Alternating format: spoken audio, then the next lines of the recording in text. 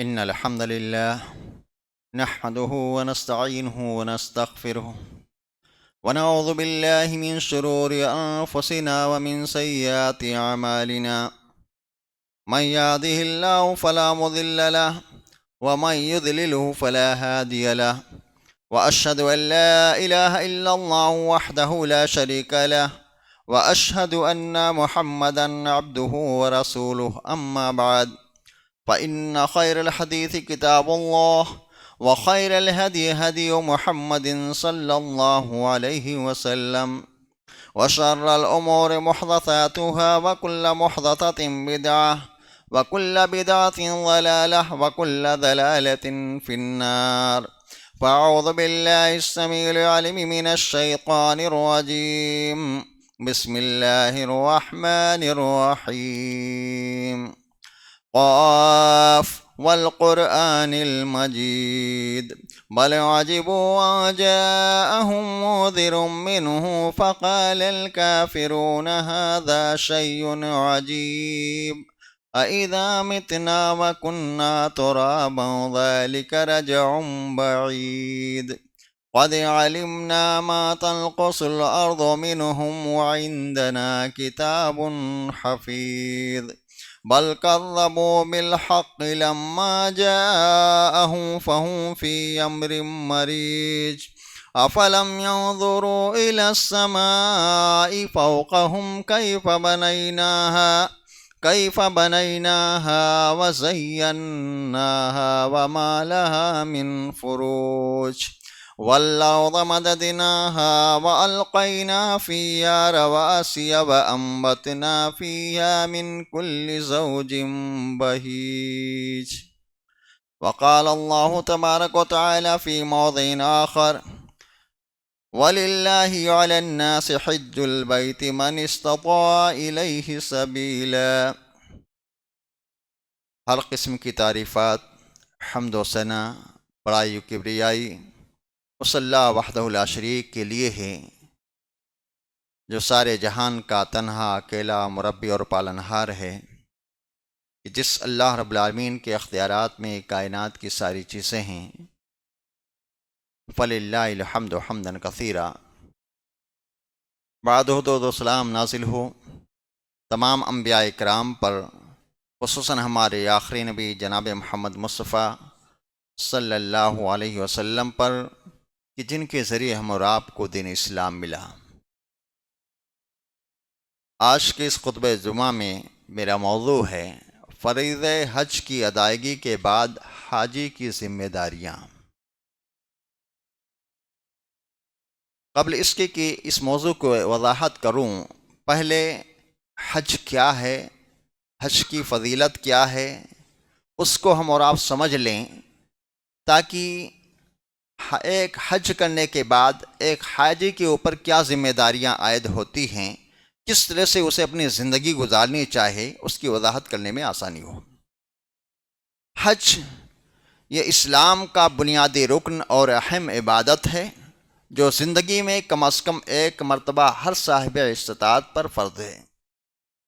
صحیح بخاری کی روایت ہے، راوی حدیث حضرت عبداللہ بن عمر رضی اللہ تعالی عنہ ہیں، بیان فرماتے ہیں کہ اللہ کے صلی اللہ علیہ وسلم نے ارشاد فرمایا: بنی الاسلام علی خمس، شہادت ان لا الہ الا اللہ وان محمدا عبدہ ورسولہ واقام الصلاۃ وایتاء الزکوٰۃ والحج وصوم رمضان۔ اللہ کے نبی پاک صلی اللہ علیہ وسلم نے ارشاد فرمایا کہ اسلام کی بنیاد 5 چیزوں پر قائم ہے۔ پہلی، اس بات کی گواہی دینا کہ اللہ کے علاوہ کوئی معبود برحق نہیں، اور یہ کہ محمد صلی اللہ علیہ وسلم اللہ کے رسول ہیں، اور دوسری، نماز قائم کرنا، تیسری، زکوٰۃ کی ادائیگی کرنا، چوتھا، رمضان کے روزے رکھنا، پانچواں، حج کرنا۔ یہ اسلام کے ارکان ہیں۔ حج ہر صاحب استطاعت پر فرض ہے، ضروری ہے۔ اللہ رب العالمین کا فرمان سورہ آل عمران آیت نمبر 97 کے اندر: وَلِلَّهِ عَلَى النَّاسِ حِجُّ الْبَيْتِ مَنِ اسْتَطَاعَ إِلَيْهِ سَبِيلًا۔ اللہ کی رضا کے لیے لوگوں پر خانہ کعبہ کا حج کرنا ضروری ہے، ہر اس شخص کے لیے جو اس تک پہنچنے کی طاقت رکھتا ہے۔ حج زندگی میں کم از کم ایک مرتبہ فرض ہے۔ بعد میں آدمی جو حج کرے اس کا نفل حج کہلائے گا۔ صحیح مسلم کی روایت ہے، اللہ کے رسول پاک میں ارشاد فرماتے ہیں، یا ایھا الناس قد فرض اللہ علیکم الحج، اے لوگو یقیناً اللہ تبارک و تعالیٰ نے تمہارے اوپر حج کو فرض قرار دیا ہے، فحجوا، لہذا تم لوگ کیا کرو؟ حج کرو۔ فقال رجل اکل عام یا رسول اللہ، ایک شخص نے سوال کیا، اے اللہ کے نبی کیا یہ حج ہر سال فرض ہے؟ فسکت حتی قالها ثلاثا، اللہ کے نبی پاک خاموش رہے یہاں تک کہ اس شخص نے یہی سوال 3 مرتبہ دہرایا کہ اے اللہ کے نبی کیا یہ حج ہر سال فرض ہے؟ اللہ کے نبی نے فرمایا اس کے بعد، لو قلت نعم، اگر میں کہہ دیتا ہاں، لوجبت ولما استطعتم، اللہ کے نبی نے فرمایا اگر میں کہہ دیتا کہ حج ہر سال فرض ہے تو واجب ہو جاتا، ضروری ہو جاتا تمہارے لیے ہر سال حج کرنا، اور تم ہر سال حج کرنے کی طاقت نہیں رکھتے۔ معلوم کیا ہوا کہ حج زندگی میں کم از کم ایک مرتبہ کیا ہے؟ ضروری ہے، فرض ہے ہر صاحب استطاعت کے لیے۔ حج مبرور کا بدلہ کیا ہے؟ جنت ہے۔ راوی حدیث حضرت ابو ہریرہ رضی اللہ تعالیٰ عنہ ہیں، بیان فرماتے ہیں کہ اللہ کے نبی پاک نے ارشاد فرمایا، العمرۃ الی العمرۃ کفارۃ لما بینہما، کہ ایک عمرہ کے بعد دوسرا عمرہ کرنا دونوں کے درمیان کے گناہوں کا کفارہ ہوتا ہے۔ والحج المبرور لیس لہ جزاء الا الجنہ، اور حج مبرور کا بدلہ سوائے جنت کے اور کچھ نہیں ہے۔ میرے بھائیوں، معلوم ہوا کہ حج یہ ارکان اسلام کا ایک اہم رکن ہے اور بہت بڑی عبادت ہے، جو ہر انسان کے گناہوں کی مغفرت کا کیا ہے؟ بہت بڑا ذریعہ ہے، کہ جس کا بدلہ پیارے نبی صلی اللہ علیہ وسلم نے کیا ہے؟ جنت بتلایا ہے۔ یہ حج ایک عبادت ہی نہیں بلکہ ایک جامع تربیتی نظام ہے، جو اپنے اندر روحانی، جسمانی، مالی اور سماجی پہلوؤں کو سمیٹے ہوئے ہے، جو انسان کے باطن، اس کے اخلاق، اس کے معاشرت، اس کے کردار اور اس کے معاملات کو کیا ہے؟ درست کرتا ہے۔ ایک بندہ جب دنیاوی آلائشوں سے دور ہو کر کے سفید احرام پہن کر کے لبیک اللہم لبیک کہتا ہے، تو دراصل اپنے سارے اختیارات، اپنے سارے مرضیات کو اللہ رب العالمین کے حکم کے تابع کرنے کا اعلان کرتا ہے۔ یہ لبیک اللہم لبیک دراصل ایک عہد ہے، ایک معاہدہ ہے جو بندہ اللہ رب العالمین سے کرتا ہے کہ اللہ میں تیری رضا کے لیے حاضر ہوں، اے اللہ میرے ساری خواہشات، ساری تمنائیں، ساری آرزویں اللہ تیرے حکم کے تابع ہیں۔ انا صلاتی و نسکی و محیای و مماتی للہ رب العالمین، اے اللہ بے شک میری نماز اور میری قربانی، میری زندگی، میری موت اس اللہ کے لیے ہے جو سارے جہان کا رب ہے۔ فریضہ حج کے بعد حاجی کی ذمہ داریاں کیا ہیں؟ نمبر 1، تقوی و پرہیزگاری کی زندگی اختیار کرنا۔ ایک حاجی جب حج کر کے واپس آئے تو فریضہ حج کی ادائیگی کے بعد اس کے لیے ضروری ہے کہ وہ تقوی و پرہیزگاری کی زندگی بسر کرے۔ ہمیشہ اپنے دل و دماغ کے اندر اللہ کے خوف کو، اللہ کے ڈر، اللہ کے سامنے جواب دہی کا احساس، اللہ کی خشیت کو کیا ہے؟ بٹھائے رکھے کہ ایک دن اپنے پروردگار کے سامنے حاضر ہو کر کے ہمیں اپنے سارے کیے دھرے کا حساب و کتاب دینا ہے۔ کیونکہ اللہ کے سامنے جواب دہی کا احساس، اللہ کا ڈر، یہ وہ عظیم نعمت ہے جو انسان کو معاصیت سے، گناہوں سے، برائیوں سے، حرام کاریوں سے، بدکاریوں سے، سارے غلط کاموں سے کیا ہے؟ بچاتا ہے، اور ایک پاکیزہ زندگی بسر کرنے کی کیا ہے؟ ترغیب دیتا ہے۔ اللہ تبارک و تعالیٰ کا فرمان سورہ بقرہ آیت نمبر 197 کے اندر، وَتَزَوَّدُوا فَإِنَّ خَيْرَ الزَّادِ التَّقْوَىٰ، اللہ نے فرمایا اے لوگو زاد راہ لے لو، زاد راہ لے لو۔ سب سے بہترین زاد راہ کیا ہے؟ یہ تقوی ہے، کہ انسان دنیا میں تقوی کی زندگی گزار کر کے آئے، پرہیزگاری کی زندگی گزار کر کے آئے، یہ سب سے بڑا زاد راہ ہے۔ یہی وجہ ہے کہ اللہ کے نبی پاک صلی اللہ علیہ وسلم نے حضرت معاذ بن جبل رضی اللہ تعالیٰ عنہ کو نصیحت کرتے ہوئے فرمایا تھا، اتق اللہ حیث ما کنت، اے معاذ بن جبل جہاں کہیں بھی رہو اللہ سے ڈرا کرو، اللہ کا خوف، اللہ کا ڈر اپنے دل و دماغ کے اندر پیدا رکھو۔ اس سے کیا ہوگا کہ انسان معصیت سے، گناہوں سے، برائیوں سے محفوظ رہے گا جب اس کے دلوں میں اللہ کا خوف ہوگا، اللہ کا ڈر ہوگا۔ اسی چیز کی تلقین کرتے ہوئے اللہ نے فرمایا یا ایھا الذین آمنوا اتقوا اللہ حق تقاتہ ولا تموتن الا وانتم مسلمون، اے لوگو جو ایمان لائے ہو اللہ سے ڈرو جیسا کہ اللہ سے ڈرنے کا حق ہے، اللہ کا سے جیسا کہ ڈرنے کا حق ہے اسی طرح سے اللہ سے ڈرو، اور تمہاری موت اس حال میں ہو کہ تم ایک مومن ہو، ایک مسلمان ہو، اس حال میں تمہاری موت ہو۔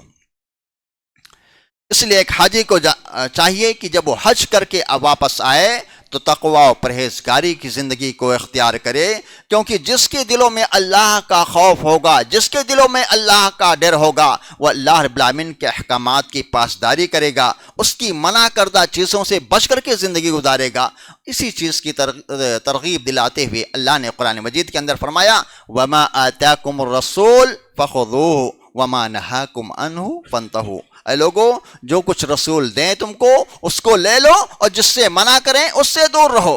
جب انسان کے اندر یہ تقوی کی صفت پیدا ہوگی تو اللہ صلی اللہ علیہ وسلم کے بتلائے ہوئے احکامات کے مطابق زندگی گزارنا اس کے لیے آسان ہو جائے گا، اللہ کی منع کردہ چیزوں سے بچنا اس کے لیے کیا ہے، آسان ہو جائے گا۔ اس لیے ایک حاجی کو چاہیے کہ جب حج کر کے واپس آئے تو اپنے اندر اللہ کے خوف، اللہ کے ڈر، اللہ کی خشیت کو بٹھائے رکھے اور تقوی و پرہیزگاری کی زندگی گزارے۔ اسی طرح سے دوسری چیز یہ ہے کہ گناہوں سے مکمل اجتناب۔ ایک حاجی کو چاہیے کہ جب حج کر کے واپس آئے تو مکمل طور سے گناہوں سے اجتناب کرے۔ اللہ کے نبی کے صلی اللہ علیہ وسلم کی حدیث ہے فَمَنْ حَجَّ فَلَمْ يَرْفُثْ وَلَمْ يَفْسُقْ رَجَعَ كَيَوْمٍ وَلَدَتْهُ أُمُّهُ، کہ جس شخص نے حج کیا دوران حج نہ بےہودگی کو کوئی بات کی اور نہ ہی فسق و فجور کا کوئی کام کیا تو وہ گناہوں سے پاک صاف ہو کر کے اس طرح سے لوٹتا ہے جیسا کہ نوزائیدہ بچہ، جب کوئی بچہ پیدا ہوتا ہے وہ گناہوں سے پاک صاف ہوتا ہے، اسی طرح سے انسان جب حج کرنے جاتا ہے دوران حج کوئی گناہ کا کام نہیں کرتا ہے، کوئی معصیت کا کام نہیں کرتا ہے تو وہ گناہوں سے اس طرح سے پاک صاف ہو کر کے واپس آتا ہے۔ لہذا ایک حاجی کو چاہیے کہ جب وہ حج کر کے واپس آئے تو معمولی سے معمولی گناہ کو اپنے لیے بہت بڑا تصور کرے، ان تمام گناہوں سے اجتناب کرے۔ اسی طرح سے جھوٹ سے، غیبت سے، عیاری سے، مکاری سے، تہمت تراشی سے، تمام چیزوں سے اپنے آپ کو کیا ہے محفوظ رکھے، گناہوں میں ڈوب کر حج کی روح کو پامال کرنے کی کوشش نہ کرے، کیونکہ یہ مومن کا شعار نہیں ہوتا ہے۔ مومن کون ہوتا ہے؟ جو معمولی سے گناہ پر کیا ہے تڑپ اٹھتا ہے، اس سے معمولی سے گناہ ہو جاتا ہے فوراً اللہ رب العالمین کے سامنے جواب دہی کے احساس سے ایک دم لرزا اور ترسا ہو جاتا ہے۔ اللہ کے نبی نے فرمایا ان المؤمن اذا اذنب كانت نقطة سوداء في قلبی، کہ مومن مندہ جب کوئی گناہ کا کام کرتا ہے تو اس کے دل کے اوپر سیاہ دھبا پڑ جاتا ہے، اور جب گناہ پر گناہ کرتے جاتا ہے اللہ سے توبہ استغفار نہیں کرتا ہے تو وہ سیاہی اس کے دل کے اوپر پھیل جاتی ہے یہاں تک کہ اس کا پورا دل سیاہ ہو جاتا ہے۔ تو ایک حج کرنے کے بعد آدمی گناہوں میں ملوث ہو جائے، کتنی بڑی محرومی ہے ایسے شخص کے لیے کہ حج جیسے اعمال کرنے کے بعد بھی گناہوں کے ذریعے اپنے نیکیوں کو کیا ضائع کر بیٹھے۔ اور پیارے نبی صلی اللہ علیہ وسلم نے فرمایا ان المؤمن یرا ذنوبہ کأنہ قائد تحت جبل، مومن بندہ تو وہ ہوتا ہے کہ اپنے معمولی سی گناہ کو اتنا خطرناک اپنے لیے تصور کرتا ہے گویا کہ وہ کسی پہاڑ کے نیچے بیٹھا ہو اور پہاڑ اس کے اوپر ابھی گرنے والا ہو۔ تو اسی طرح سے ایک مومن بندہ جب اس سے کوئی گناہ ہو جاتا ہے فوری طور پر معمولی سی گناہ پر کیا ہے تڑپ اٹھتا ہے، فوراً اللہ سے توبہ استغفار کرتا ہے۔ جب تک اللہ سے توبہ استغفار نہیں کر لیتا اس کے دل کو چین نہیں ملتا ہے، کوئی سکون نہیں ملتا ہے۔ اور فاسق و فاجر بندے کی علامت کیا ہوتی ہے کہ وہ گناہوں پر گناہ کرتے جاتا ہے، بڑے بڑے گناہ کر ڈالتا ہے، اپنے بڑے بڑے گناہوں کو اتنا معمولی تصور کرتا ہے کہ جیسے کوئی مکھی اڑتے اڑتے انسان کے ناک کے اوپر آ کر بیٹھ جاتی ہے، انسان کے ہاتھ کا ذرا سا اشارہ ہوتا ہے وہ مکھی اڑ کر کے بھاگ جاتی ہے۔ تو یہ ایک مومن بندے کی پہچان ہوتی ہے کہ وہ معمولی سے گناہ پر کیا ہے تڑپ اٹھتا ہے۔ اس لیے ایک حاجی کو چاہیے کہ جب وہ حج کر کے واپس آئے تو معمولی سی گناہ کو پر کیا ہے فوراً تڑپ اٹھے، اس سے سرزد ہو تو اس پر تڑپ اٹھے، فوراً اللہ رب العالمین سے توبہ استغفار کرے اور اسی طرح سے گناہوں سے بچنے کی کیا ہے کوشش کرے۔ اسی طرح سے ایک حاجی کو چاہیے کہ حج کرنے کے بعد جب واپس آئے تو عبادات میں استقامت اختیار کرے۔ ایک حاجی جب حج کرنے جاتا ہے تو دوران حج نمازیں پڑھتا ہے، ذکر و اذکار کرتا ہے، تسبیح و تحلیل کرتا ہے، کثرت سے قرآن کریم کی تلاوت کرتا ہے، ان ساری نیکیوں کا کیا ہے خوگر بن جاتا ہے، ہمیشہ دعا و مناجات میں لگا رہتا ہے۔ لہذا ایک حاجی کو چاہیے کہ جب وہ حج کر کے واپس آئے تو اپنے ان اعمال پر کیا ہے مداومت برتے، اس میں کسی قسم کی کوئی سستی اور غفلت نہ کرے۔ اللہ نے کیا کہا سورہ فصلت آیت نمبر 30 کے اندر، ان الذین قالوا ربنا اللہ ثم استقاموا، کہ بے شک جن لوگوں نے کہا کہ ہمارا رب اللہ ہے، رب کو رب مان لینے کے بعد اس پر قائم رہا۔ رب کو رب مان لینے کا مطلب کیا ہے کہ جس نے کہا کہ ہمارا رب اللہ ہے، رب کو رب مان لینے کا مطلب یہ ہے کہ انسان اپنی سارے جذبات کو، سارے خواہشات کو اللہ رب العالمین کے حکم کے تابع کر رہا ہے۔ تو جس نے کہا کہ ہمارا رب اللہ ہے، پھر انسان اسی پر قائم رہا، تو اللہ نے فرمایا تتنزل علیہم الملائکہ، ایسے ہی لوگوں کے اوپر اللہ رب العالمین کے فرشتے نازل ہوتے ہیں اور کہتے ہیں اللہ تخافوا ولا تحزنوا، اے لوگو تم خوف نہ کھاؤ، غمگین نہ ہو، وابشروا بالجنۃ التي کنتم توعدون، اور اس جنت کی خوشخبری سن لو جس کا تم سے وعدہ کیا گیا ہے۔ نیز پیارے نبی صلی اللہ علیہ وسلم نے فرمایا احب الاعمال الی اللہ ادومها وان قل، اللہ کے نبی نے فرمایا کہ اللہ رب العالمین کو سب سے محبوب وہ اعمال ہیں جو مسلسل کیے جائیں، لگاتار کیے جائیں، کنٹینیو کیے جائیں، گرچہ وہ اعمال کیا ہیں کم ہی کیوں نہ ہوں۔ تو اسی طرح سے ایک حاجی جب حج کرنے جاتا ہے تو بہت سارے اللہ سے دعا و مناجات کرتا ہے، ذکر و اذکار کرتا ہے، اللہ کی کثرت سے عبادت کرتا ہے، اور اسی طرح سے قرآن پاک کی تلاوت کرتا ہے، تو اسے چاہیے کہ ان اعمال پر کیا ہے مداومت برتے، خصوصاً 5 وقتہ نماز کی پابندی ضرور کرے۔ ہمارے بہت سے بھائی حج کر کے چلے آتے ہیں، حج کر کے چلے آئے، نمازوں سے غفلت برتتے ہیں۔ میرے بھائیوں، نمازوں سے غفلت یہ آپ کے حج کا کوئی فائدہ نہیں رہ جاتا ہے۔ 5 وقتہ نماز کی ادائیگی کیا ہے بے حد ضروری ہے۔ آپ چلے گئے وہاں پر 5 وقتہ نماز کی ادائیگی کرتے رہے، اللہ سے روتے رہے، گڑگڑاتے رہے، اپنی خطاؤں کی معافی طلب کرتے رہے، اور وہاں سے آنے کے بعد آپ اپنے جب آبائی وطن پہنچے تو یہاں پر آ کر کے مسجدوں میں حاضری آپ کا نہ دینا، یہ آپ کے اندر اخلاص گویا کہ ہے ہی نہیں ہے۔ آپ کے اندر کیا ہے اللہ کا ڈر ہے ہی نہیں۔ اس کا مطلب اللہ نے کیا کہا وَاعْبُدْ رَبَّكَ حَتَّى يَأْتِيَكَ الْيَقِينُ، اپنے رب کی عبادت کرتے رہیے یہاں تک کہ آپ کو موت آ جائے۔ اور میرے بھائیوں، فرض نماز دیکھیے، انسان جتنا فرض نماز کی ادائیگی کرتا ہے اس وقت جتنا اللہ رب العالمین سے قریب ہوتا ہے، اور دیگر اوقات میں اللہ سے اتنا قریب نہیں ہوتا ہے۔ اللہ نے صحیح بخاری کی روایت ہے، حدیث قدسی ہے، اللہ کے نبی پاک میں ارشاد فرماتے ہیں کہ اللہ تعالیٰ نے فرمایا وَمَا تَقَرَّبَ إِلَيَّ عَبْدِي بِشَيْءٍ أَحَبَّ إِلَيَّ مِمَّا افْتَرَضْتُ عَلَيْهِ، کہ سب سے زیادہ بندہ جس چیز کے ذریعے میری قربت حاصل کرتا ہے اور جسے میں بے حد پسند کرتا ہوں، وہ کیا ہے؟ یہ وہ چیزیں ہیں جسے میں نے اس کے اوپر کیا ہے فرض قرار دیا ہے۔ تو انسان اگر فرض نماز کی ادائیگی کرتا ہے تو گویا کہ وہ اللہ رب العالمین کی قربت حاصل کرنے کا بہت بڑا ذریعہ ہوتا ہے۔ اس لیے انسان کو چاہیے کہ فرائض سے کبھی منہ نہ موڑے۔ اسی طرح سے ایک حاجی کو چاہیے کہ نفلی عبادات کا شوق اپنے اندر پیدا کرے۔ میرے بھائیوں، ایک حاجی حج کے دوران اس کو جو روحانیت حاصل ہوتی ہے، اس روحانیت کو برقرار رکھنے کے لیے ضروری ہے کہ وہ فرائض کے ساتھ کیا کرے؟ نوافل کا بھی اہتمام کرے، خواہ وہ نماز چاشت ہو یا اسی طرح سے تہجد کی نماز ہو، ایام 20 کے روزے ہوں یا پیر اور جمعرات کے روزے ہوں، ان تمام چیزوں کا کیا ہے اہتمام کرے۔ اللہ حدیث قدسی ہے، پیارے نبی صلی اللہ علیہ وسلم ارشاد فرماتے ہیں کہ اللہ رب العالمین فرماتا ہے وَمَا يَزَالُ عَبْدِي يَتَقَرَّبُ إِلَيَّ بِالنَّوَافِلِ حَتَّى أُحِبُّهُ، کہ میرا بندہ برابر نوافل کے ذریعے، نفلی عبادات کے ذریعے میرا تقرب حاصل کرتا رہتا ہے، یہاں تک کہ میں اس سے محبت کرنے لگتا ہوں۔ معلوم کیا ہوا کہ نفلی عبادات یہ اللہ رب العالمین کی محبت کا بہت بڑا ذریعہ ہیں، اس لیے انسان کو چاہیے کہ فرائض کے ساتھ ساتھ اگر اس سے ہو سکے تو نوافل کا کی بھی کیا ہے اہتمام کرے۔ اسی طرح سے ایک حاجی کو چاہیے کہ قرآن پاک کی تلاوت کا اہتمام کرے۔ ایک حاجی جب حج پر جاتا ہے تو جہاں کثرت سے اللہ کا ذکر و اذکار کرتا ہے، توبہ استغفار کرتا ہے، وہیں کثرت سے قرآن پاک کی تلاوت کرتا ہے، لہذا اسے چاہیے کہ اپنے اس عمل پر بھی کیا ہے مداومت برتے، کثرت سے روزانہ قرآن مجید کی تلاوت کرے، کیونکہ قرآن مجید کی تلاوت کا فائدہ کیا ہے کہ یہ قرآن قیامت کے دن اس کے حق میں اللہ رب العالمین سے کیا ہے سفارش کرے گا۔ اللہ کے نبی نے فرماتے ہیں، صحیح مسلم کی روایت ہے، اللہ کے نبی پاس میں ارشاد فرماتے ہیں، اقرأ القرآن فإنه یاتی یوم القیامت الشرفی الاصحابی، اے لوگو قرآن پڑھا کرو، کیونکہ یہ قرآن قیامت کے دن اپنے پڑھنے والوں کے حق میں سفارشی بن کر کے آئے گا۔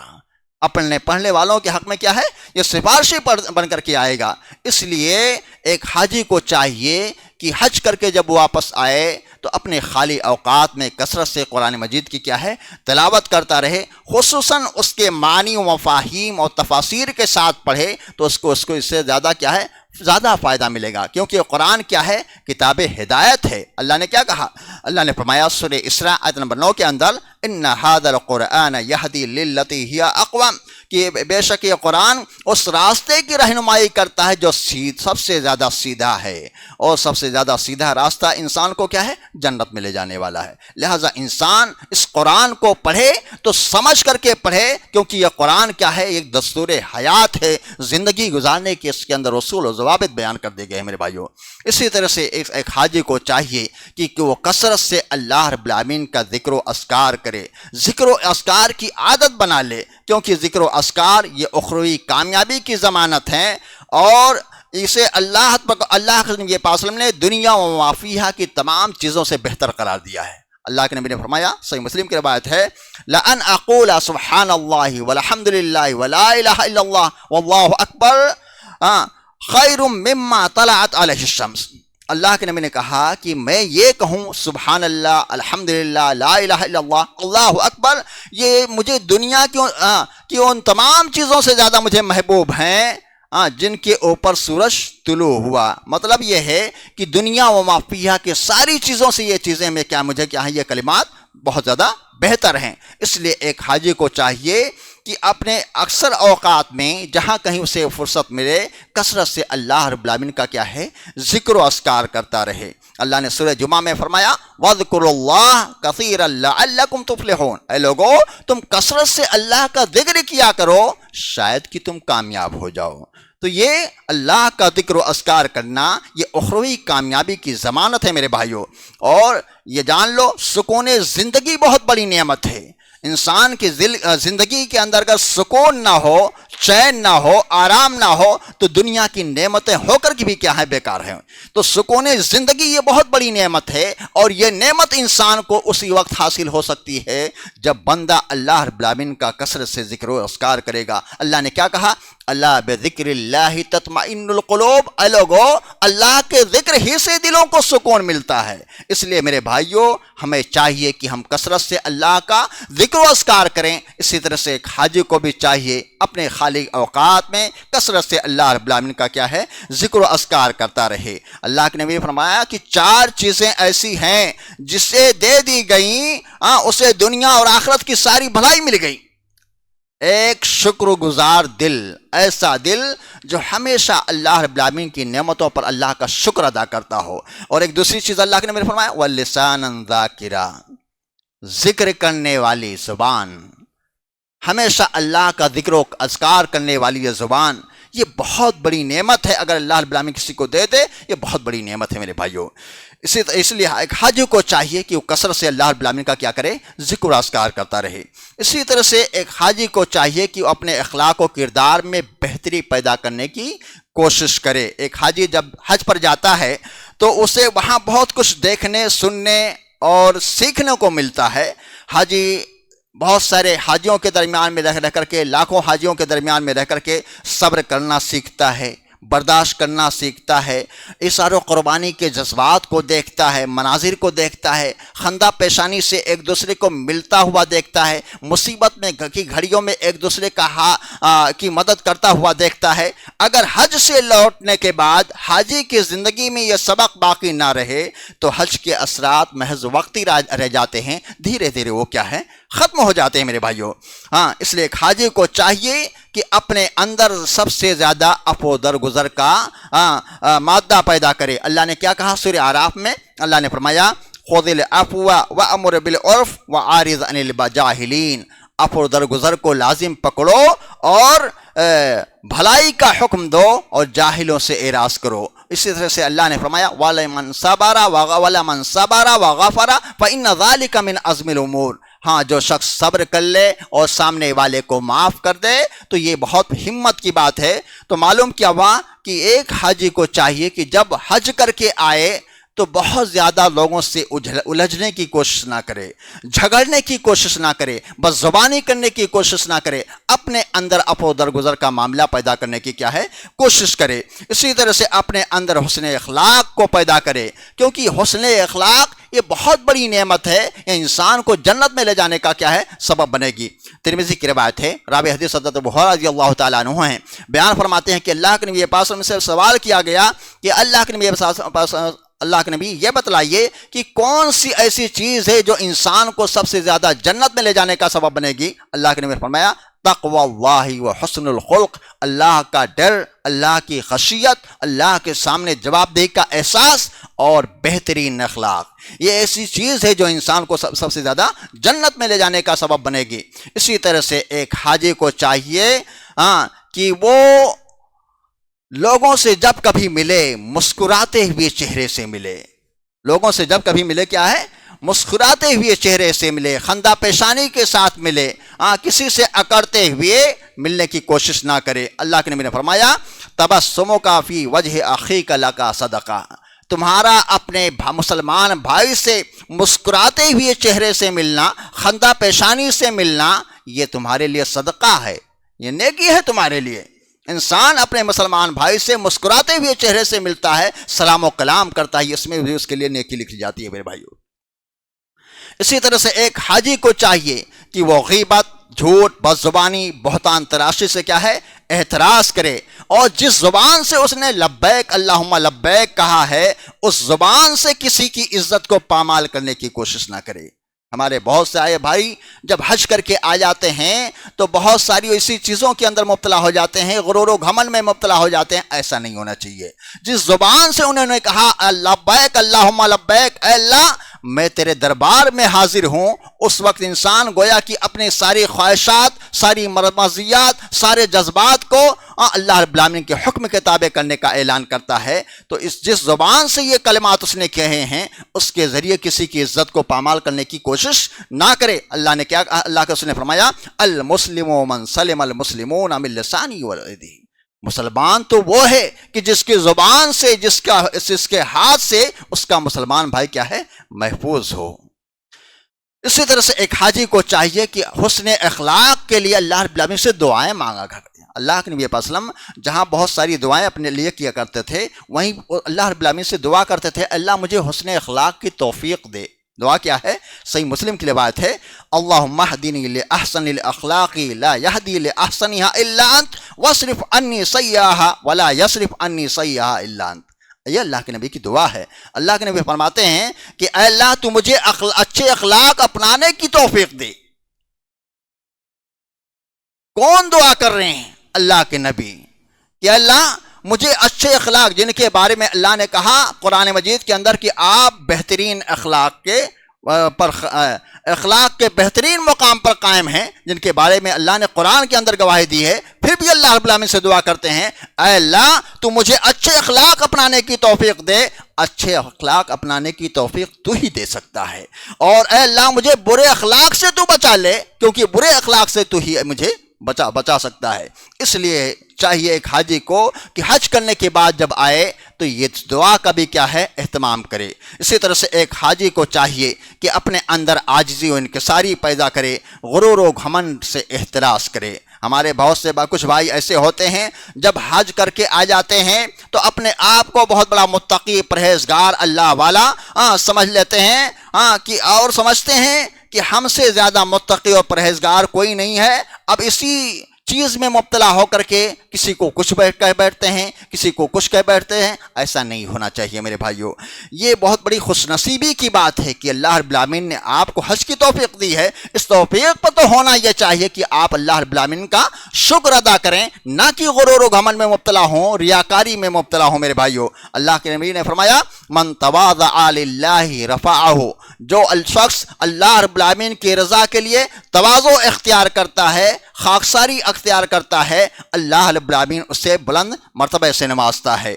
اس لیے معلوم ہوا کہ حج کی ادائیگی بہت بڑی عبادت ہے اور گناہوں کی مغفرت کا بہت بڑا ذریعہ ہے، لیکن یہ ہمارے لیے اسی صورت میں فائدہ مند ہو سکتا ہے جب ہم اسے خالص اللہ رب العالمین کی رضا کے لیے انجام دیں اور لوگوں میں چرچا کرنے کے بجائے اپنے اندر عاجزی اور انکساری پیدا کریں. میرے بھائیوں، خیر کے کام کرنا، نیکیوں کے کام کرنا، عبادت، بڑی بڑی عبادتیں کرنا بہت اچھا کام ہے.